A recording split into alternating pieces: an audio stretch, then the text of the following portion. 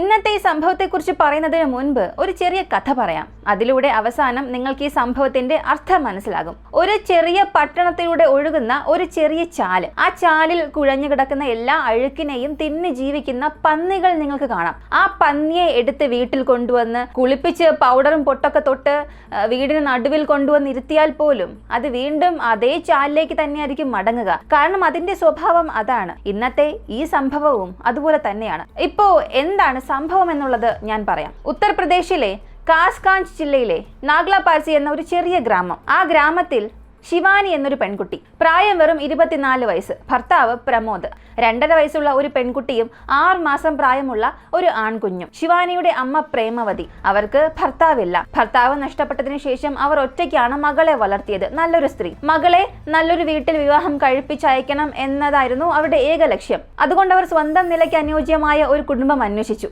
അങ്ങനെ അടുത്ത ഗ്രാമത്തിൽ പ്രമോദ് എന്ന ഒരു യുവാവുണ്ടെന്ന കാര്യം മനസ്സിലായി. സാധാരണ ഒരു കൂലിപ്പണിക്കാരൻ, വലിയ സ്വപ്നങ്ങളൊന്നും ഇല്ലാത്തവൻ, പക്ഷേ നല്ല സ്വഭാവമുള്ളവൻ. ഇരുവരുടെയും കുടുംബങ്ങൾ സംസാരിക്കുന്നു, സമ്മതിക്കുന്നു. ശിവാനിയും പ്രമോദും വിവാഹിതരായി. വിവാഹം നടക്കുമ്പോൾ ശിവാനിയുടെ പ്രായം 20 ആയിരുന്നു. 18 ആയപ്പോൾ +2 പൂർത്തിയാക്കി. അപ്പോൾ തന്നെ മകൾക്ക് വേണ്ടി നല്ലൊരു വരനെ അന്വേഷിക്കുകയായിരുന്നു അമ്മ.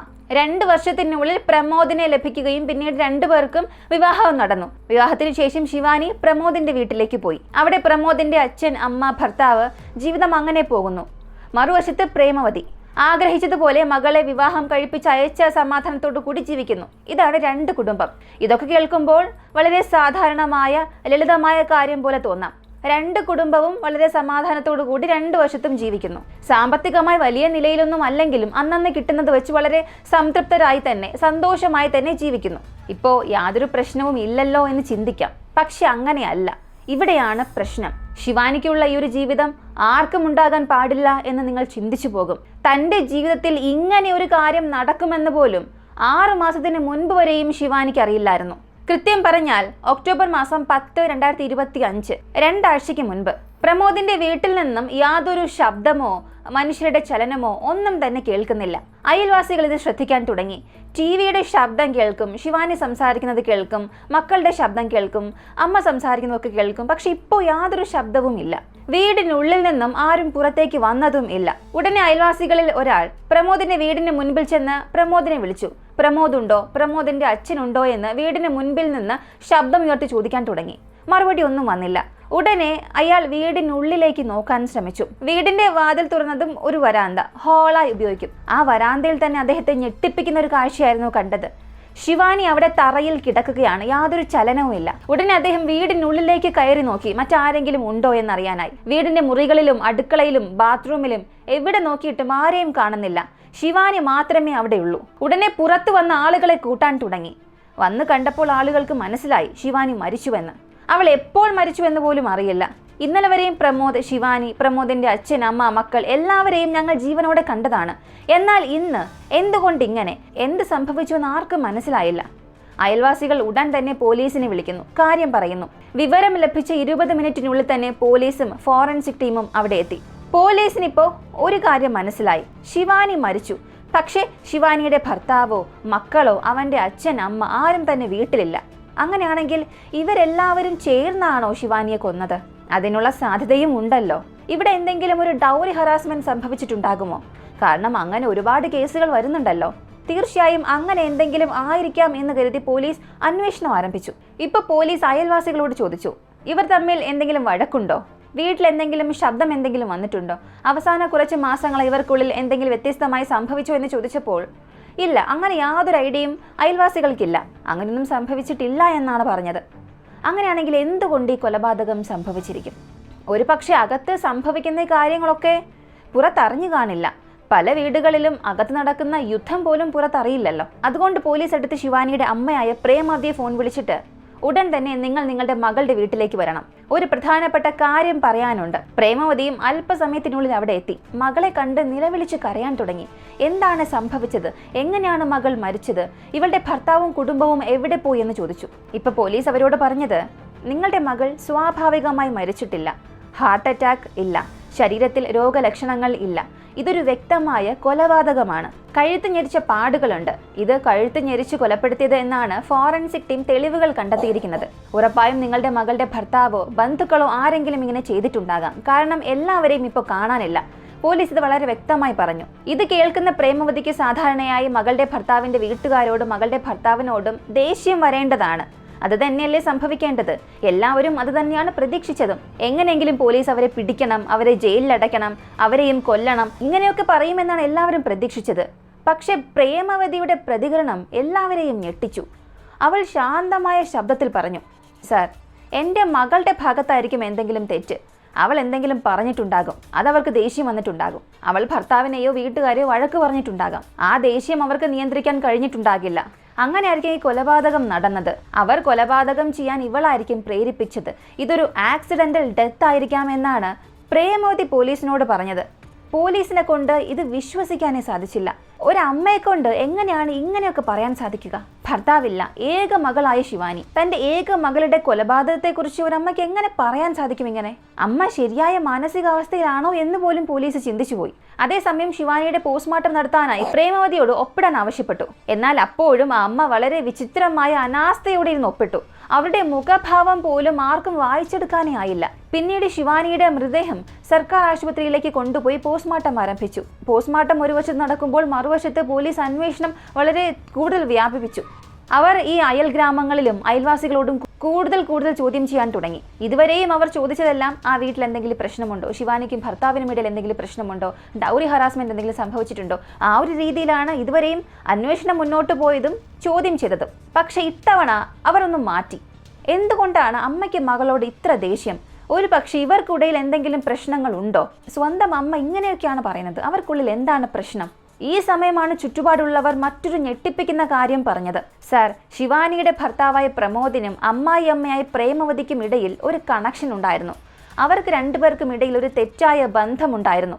6 മാസമായി ഇതിനെക്കുറിച്ച് ആളുകൾ ഒരുപാട് സംസാരിക്കുന്നുണ്ട്. 2 ദിവസം മുൻപ് പോലും ഇരുവരുടെയും അടുപ്പമുള്ള ചിത്രങ്ങൾ സോഷ്യൽ മീഡിയയിൽ പ്രചരിച്ചിരുന്നു. ചിലത് യഥാർത്ഥമായിരുന്നു, ചിലത് എഡിറ്റ് ചെയ്തതായിരുന്നു. എന്നാൽ അവ കാണുമ്പോൾ തന്നെ ഒരു തെറ്റായ ബന്ധം അവർക്കുള്ളിൽ ഉണ്ടെന്നത് ആർക്കും നിഷേധിക്കാനാകില്ല. തുടർന്ന് പോലീസും ആ ചിത്രങ്ങൾ പരിശോധിച്ചു.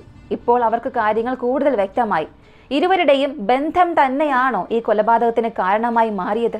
ഇങ്ങനെയൊരു സംശയമായിരുന്നു വളർന്നു വന്നത്. അതിനാൽ ഉടൻ തന്നെ പ്രേമവതിയെ അറസ്റ്റ് ചെയ്ത് സ്റ്റേഷനിൽ എത്തിച്ച് ചോദ്യം ചെയ്യുമ്പോൾ അവൾ പറഞ്ഞത്, സാർ, എൻ്റെ മകളുടെ മരണത്തിന് ഞാൻ ഉത്തരവാദിയല്ല. ഞാൻ ഒരിക്കലും എൻ്റെ മരുമകനോട് എൻ്റെ മകളെ കൊല്ലാൻ ആവശ്യപ്പെട്ടിട്ടില്ല.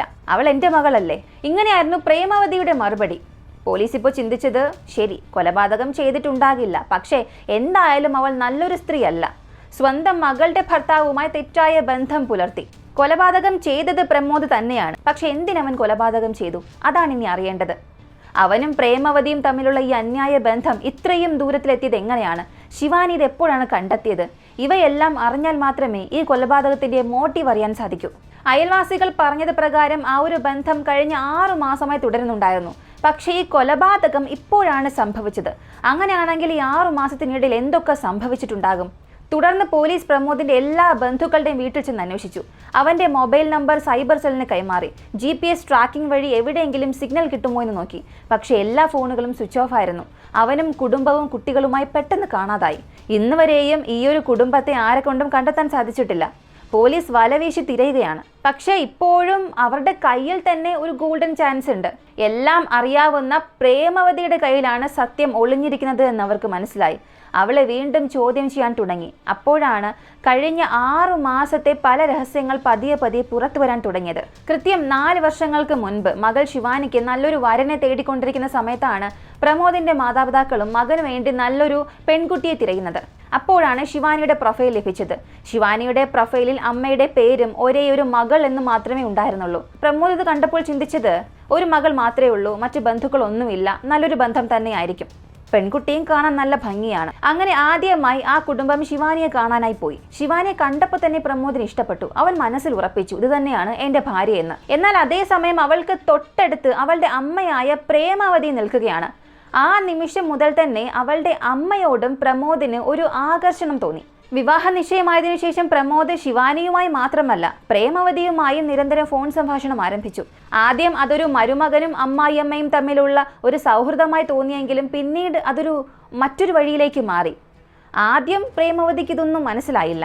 മകളെ വിവാഹം കഴിക്കാൻ പോകുന്ന ചെറുക്കനാണല്ലോ എന്ന് കരുതി അവരും ഫോണിൽ സംസാരിച്ചു. എന്നാൽ വിവാഹം കഴിഞ്ഞ ശേഷം പ്രമോദ് പലപ്പോഴും ഭാര്യയും കുട്ടികളെയും കൂട്ടിക്കൊണ്ട് പ്രേമവതിയുടെ വീട്ടിലേക്ക് വരാറുണ്ടായിരുന്നു.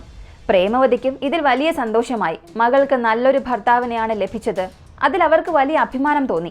എന്നാൽ കാലം കടന്നുപോയപ്പോൾ പ്രമോദ് പതിവായി പ്രേമവതിയെ ഫോൺ വിളിച്ച് മറ്റൊരു രീതിയിൽ സംസാരിക്കാൻ തുടങ്ങി. അമ്മ ഒറ്റയ്ക്കാണല്ലോ, ഞാൻ അവിടെ വന്ന് താമസിക്കട്ടെ. മകൾ ഇവിടെ എൻ്റെ അച്ഛൻ്റെയും അമ്മയുടെയും കൂടെ സുഖമായി ജീവിക്കുന്നു. പക്ഷേ അമ്മ ഒറ്റയ്ക്കല്ലേ, ഞാൻ അമ്മയുടെ കൂടെ വന്ന് ജീവിക്കട്ടെ എന്നൊക്കെ ചോദിക്കുമ്പോഴാണ് പ്രമോദിന്റെ ഉദ്ദേശം എന്താണെന്നുള്ളത് പ്രേമവതിക്ക് മനസ്സിലാകുന്നത്. ആ ഒരു സമയത്ത് അവർക്ക് മുന്നിൽ 2 വഴികളുണ്ടായിരുന്നു. ഒരു അമ്മായിയമ്മയായി അവർക്ക് അവനെ താക്കീത് ചെയ്യാമായിരുന്നു. പക്ഷെ അവൾ വെറുതെ ഇരുന്നില്ല. വർഷങ്ങളായി വിധവയായി ജീവിക്കുന്ന അവർക്ക് മനസ്സിൽ മറ്റൊരു ചിന്ത വന്നു. പ്രമോദിന് എന്നിലൊരു ആകർഷണം ഉണ്ടെങ്കിൽ അതിനെന്താണ് തെറ്റ്? അങ്ങനെ അവളും ആ വഴിയിലേക്ക് തന്നെ വീണു. ഇതൊക്കെ കഴിഞ്ഞ് 4 വർഷത്തിനിടയിലാണ് സംഭവിച്ചത്. അങ്ങനെ വീണ്ടും 2 പേർ മണിക്കൂറുകളോളം സംസാരിക്കാൻ തുടങ്ങി. ആദ്യം ശിവാനിക്ക് സംശയമൊന്നും ഉണ്ടായിരുന്നില്ല. ഭർത്താവ് അമ്മയോട് ഇത്ര അടുപ്പമായി സംസാരിക്കുമ്പോൾ അവൾക്കും അതിൽ ഒരുപാട് സന്തോഷമുണ്ടായിരുന്നു. എൻ്റെ ഭർത്താവ് എൻ്റെ അമ്മയെ ശ്രദ്ധിക്കുന്നല്ലോ എന്നായിരുന്നു അവളുടെ ചിന്ത. പക്ഷെ അതിന് പിന്നിൽ എന്ത് നടക്കുന്നു എന്നുള്ളത് അവർക്ക് അറിയില്ലായിരുന്നു. കാലം കടന്നുപോയപ്പോൾ പ്രമോദ് ഭാര്യയെ കൂടാതെ ഒറ്റയ്ക്ക് പ്രേമവതിയുടെ വീട്ടിൽ എത്തിത്തുടങ്ങി. അയൽവാസികൾ ഇതെല്ലാം ശ്രദ്ധിക്കുന്നുണ്ടായിരുന്നു. ഒരു മരുമകൻ അമ്മായിയമ്മയെ കാണാൻ ഭാര്യയും കുട്ടികളും ഇല്ലാതെ വരുന്നത് എങ്ങനെയാണ് ശരിയാവുക? അവൻ വന്ന് വാതിൽ മുട്ടുമ്പോൾ പ്രേമവതി വാതിൽ തുറക്കും, അവനെ അകത്തേക്ക് കടത്തും, പിന്നെ വാതിൽ അടയ്ക്കും. 2 മണിക്കൂറുകൾക്ക് ശേഷമാണ് അവർ പുറത്തേക്ക് വരുന്നത്. ആ വാതിലിനുള്ളിൽ എന്താണ് നടക്കുന്നത്? ഇതൊന്നും ആരും അറിഞ്ഞില്ല. പക്ഷെ ഗ്രാമത്തിലെ എല്ലാവർക്കും അതെല്ലാം പിന്നീട് വ്യക്തമായി തുടങ്ങി. ഈ ബന്ധം ശരിയായ വഴിയിലല്ല. പോലീസ് പ്രേമവതിയെ ചോദ്യം ചെയ്യുമ്പോഴാണ് ഇക്കാര്യങ്ങളെല്ലാം വ്യക്തമാകുന്നത്. അവളും മരുമകനായ പ്രമോദും കഴിഞ്ഞ 6 മാസമായി രഹസ്യമായി ശാരീരിക ബന്ധത്തിലായിരുന്നു. ശിവാനിക്ക് 2ാമത്തെ കുഞ്ഞ് പിറന്നതിന് ശേഷമാണ് പ്രമോദിന് ഭാര്യയോടുള്ള ആകർഷണം കുറയാൻ തുടങ്ങിയത്. അതേസമയം അവന്റെ ശ്രദ്ധ തിരിഞ്ഞത് ശിവാനിയുടെ അമ്മയായ പ്രേമവതിയിലേക്കാണ്. ആദ്യം അവൻ അമ്മയെ കാണണം, സംസാരിക്കണം എന്ന രീതിയിൽ പോയി വരികയായിരുന്നു. പക്ഷെ പിന്നീട് അവന്റെ ഉദ്ദേശം മാറി. അവൻ പ്രേമവതിയോട് ശാരീരിക ബന്ധം സ്ഥാപിക്കാൻ ശ്രമിച്ചു. അവളും അതിന് തയ്യാറായതിനാൽ ഇവർ പതിവായി കൂടിക്കാഴ്ച നടത്താൻ തുടങ്ങി. അവരുടെ ഈ ബന്ധം 6 മാസം നീണ്ടു. പക്ഷേ ഒരമ്മയും മരുമകനും ഇങ്ങനെ ചേർന്ന് ജീവിച്ചാൽ അത് ശാശ്വതമായി രഹസ്യമാകില്ല. ഒരു ദിവസം സത്യം പുറത്തു വന്നു. അയൽവാസികൾക്കായിരുന്നു ആദ്യം സംശയം തോന്നിയത്. അവർ ശിവാനിക്ക് ഫോൺ വിളിച്ച് കാര്യങ്ങൾ പറഞ്ഞു. മോളെ, നിന്റെ ഭർത്താവ് പ്രമോദ് നിരന്തരം പ്രേമവതിയുടെ വീട്ടിലേക്ക് വരുന്നുണ്ട്, മണിക്കൂറുകൾ ഇവിടെ ചിലവഴിക്കുന്നു. ഇത് ശരിയായ കാര്യമാണെന്ന് തോന്നുന്നില്ല. അതുകൊണ്ട് ഇനി അവൻ വരുമ്പോൾ നീയും കൂടെ വാ, അപ്പോഴേ അത് മാന്യമായിരിക്കും. ഈ വാക്കുകൾ കേട്ടപ്പോൾ ശിവാനിക്ക് വലിയ ഞെട്ടലായി. എൻ്റെ ഭർത്താവ് അമ്മയുടെ വീട്ടിൽ ഇങ്ങനെ പോകാറുണ്ടോ? അവളത് ചിന്തിച്ചു. ദിനം പ്രതി അവിടെ പോകുന്നത് എന്തിനാണ്? അമ്മയും ഭർത്താവിനും ഇടയിൽ എന്താണ് ബന്ധം? ശിവാനിക്ക് ഇത് വലിയ സംശയമായി തന്നെ മാറി. ഭർത്താവ് വന്നപ്പോൾ അവൾ നേരിട്ട് തന്നെ ചോദിച്ചു, നീ എന്തുകൊണ്ടാണ് അമ്മയുടെ വീട്ടിൽ ഇങ്ങനെ പോകുന്നത്? അയൽവാസികളെല്ലാം സംസാരിക്കുന്നു. അമ്മയെ കാണണമെങ്കിൽ എന്നോട് പറഞ്ഞിട്ട് പോകാമല്ലോ. ഇനി അങ്ങനെ ഒറ്റയ്ക്ക് പോകണ്ട, ഞാനും കൂടെ വരാം.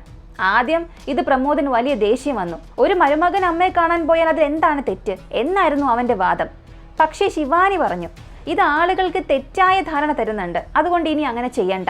പ്രമോദ് അതിന് സമ്മതിച്ചതുപോലെ നടിച്ചു. പക്ഷെ യഥാർത്ഥത്തിൽ അവൻ നിർത്തിയില്ല. അവൻ അപ്പോഴും പ്രേമവതിയുടെ വീട്ടിലേക്ക് പോകാൻ തുടങ്ങി. അതോടെ അവരുടെ ബന്ധം കൂടുതൽ ശക്തമായി മാറി. ഇരുവരും തമ്മിലുള്ള ആഗ്രഹം നിയന്ത്രിക്കാനാകാത്തതായിരുന്നു.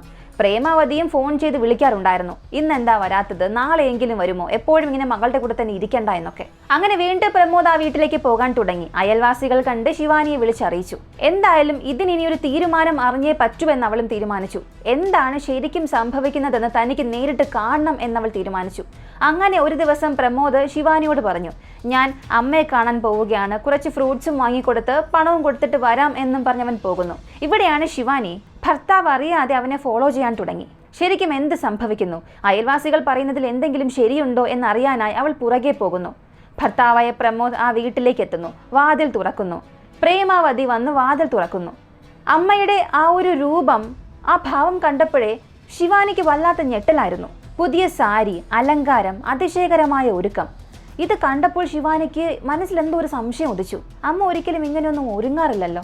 പ്രമോദ് ഉടൻ തന്നെ അകത്തേക്ക് കയറി. പ്രേമാവതി വാതിലടച്ചു. ശിവാനി പിന്നിലൂടെ ചെന്ന് ജനാല വഴി നോക്കിയപ്പോൾ അവൾ കണ്ടത് അവളെ പൂർണ്ണമായും തകർത്തു കളഞ്ഞു. ഭർത്താവിനും അമ്മയ്ക്കും ഇടയിലുള്ള ബന്ധം എന്താണെന്ന് അവൾക്ക് വ്യക്തമായി.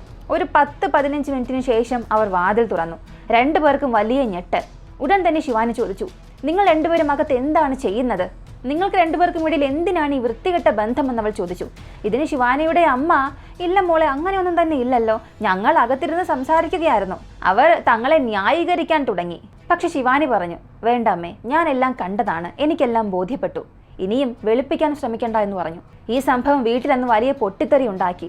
അതിനുശേഷം ദിവസേന ഭർത്താവിനും ഭാര്യയ്ക്കും ഇടയിൽ കടുത്ത തർക്കങ്ങൾ ഉണ്ടായി. ശിവാനി ആ ബന്ധം അവസാനിപ്പിക്കണമെന്ന് ആവർത്തിച്ചു പറഞ്ഞു.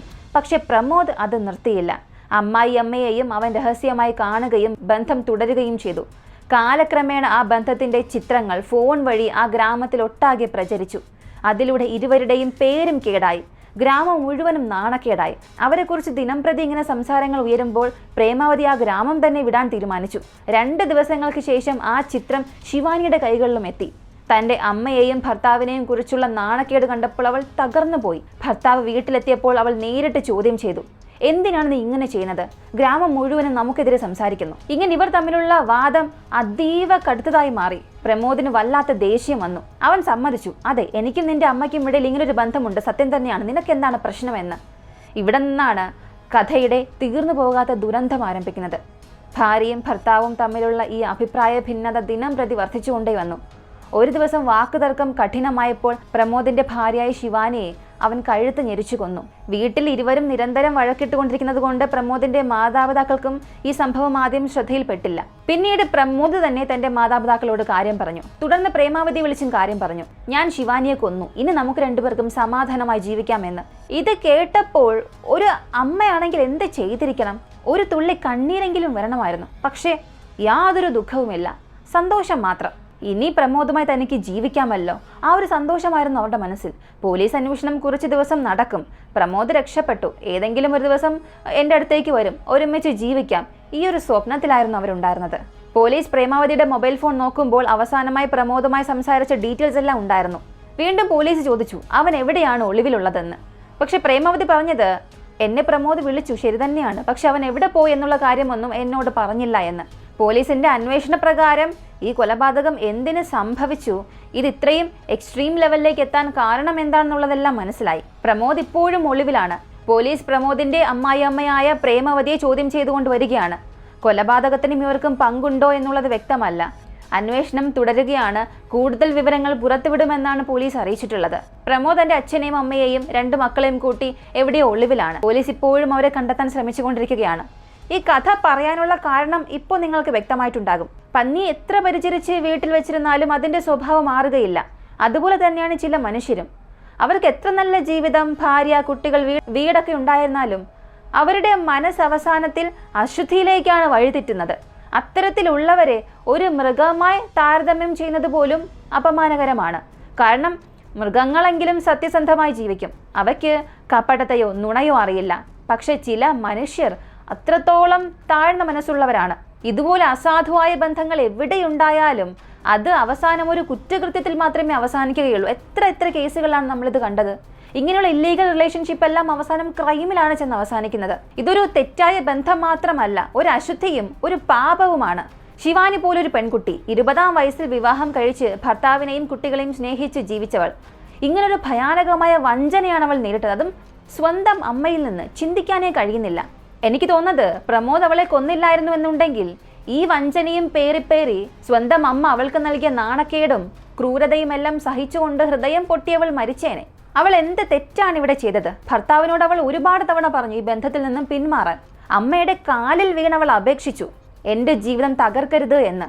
പക്ഷേ പ്രേമാവതി, സ്വന്തം അമ്മ, സ്വന്തം സ്വാർത്ഥതയിലും കാമത്തിലും മുങ്ങിക്കിടക്കുകയായിരുന്നു. അവളുടെ സ്വന്തം മകളെ തന്നെ കൊലപ്പെടുത്താനായി അവൾ പ്രമോദിനെ പരോക്ഷമായി പ്രേരിപ്പിച്ചു എന്നുള്ളതാണ് സത്യം. ഇതുപോലുള്ള സ്ത്രീകളെ നിങ്ങൾ എങ്ങനെയാണ് കാണുന്നത്? ഇത്തരം അശുദ്ധ ബന്ധത്തിനും കൊലപാതകം നടത്തിയതിനും പ്രമോദിനും പ്രേമാവതിക്കും എന്ത് ശിക്ഷ നൽകണമെന്നാണ് നിങ്ങളുടെ ആഗ്രഹം? ശിവാനിയെ പോലുള്ള നിരപരാധിയായ പെൺകുട്ടികളുടെ ജീവൻ നഷ്ടപ്പെട്ടതുകൊണ്ട് നമുക്ക് എന്ത് പാഠമാണ് കിട്ടുന്നതെന്ന് അറിയണ്ടേ? ഈ വീഡിയോയുടെ ഒറ്റ ലക്ഷ്യം സാമൂഹിക ബന്ധം. നിങ്ങളുടെ വീട്ടിൽ ഇത്തരത്തിലുള്ള അനീതിയോ അശുദ്ധ ബന്ധമോ നടക്കുകയാണെങ്കിൽ ദയവായി ശിവാനിയെ പോലെ ഇങ്ങനെ മിണ്ടാതിരിക്കുകയൊന്നും വേണ്ട. അങ്ങനെ ചെയ്താൽ നാളെയുടെ അടുത്ത ശിവാനി നിങ്ങളായി തന്നെ മാറും. ഈ ഒരു വീഡിയോയെ കുറിച്ചുള്ള നിങ്ങളുടെ അഭിപ്രായങ്ങൾ ദയവ് ചെയ്ത് കമന്റിൽ പറയുക. കൂടുതൽ വ്യത്യസ്തമായ വീഡിയോസ് അറിയാനായി നമ്മുടെ ചാനൽ സബ്സ്ക്രൈബ് ചെയ്യുക. ഇതുവരെയും കണ്ടിട്ട് ഇപ്പോഴും ലൈക്ക് ചെയ്യാതിരിക്കുന്നവരാണെങ്കിൽ ഒരു ലൈക്ക് ചെയ്യുക. നിങ്ങൾ നൽകുന്ന ലൈക്കും കമൻറ്റും സബ്സ്ക്രിപ്ഷനുമായിരിക്കും ഈ ചാനൽ മറ്റൊരുപാട് പേരിലേക്ക് എത്തിക്കാൻ സഹായിക്കുന്നത്. മറ്റൊരു വീഡിയോയുമായി വീണ്ടും കാണാം.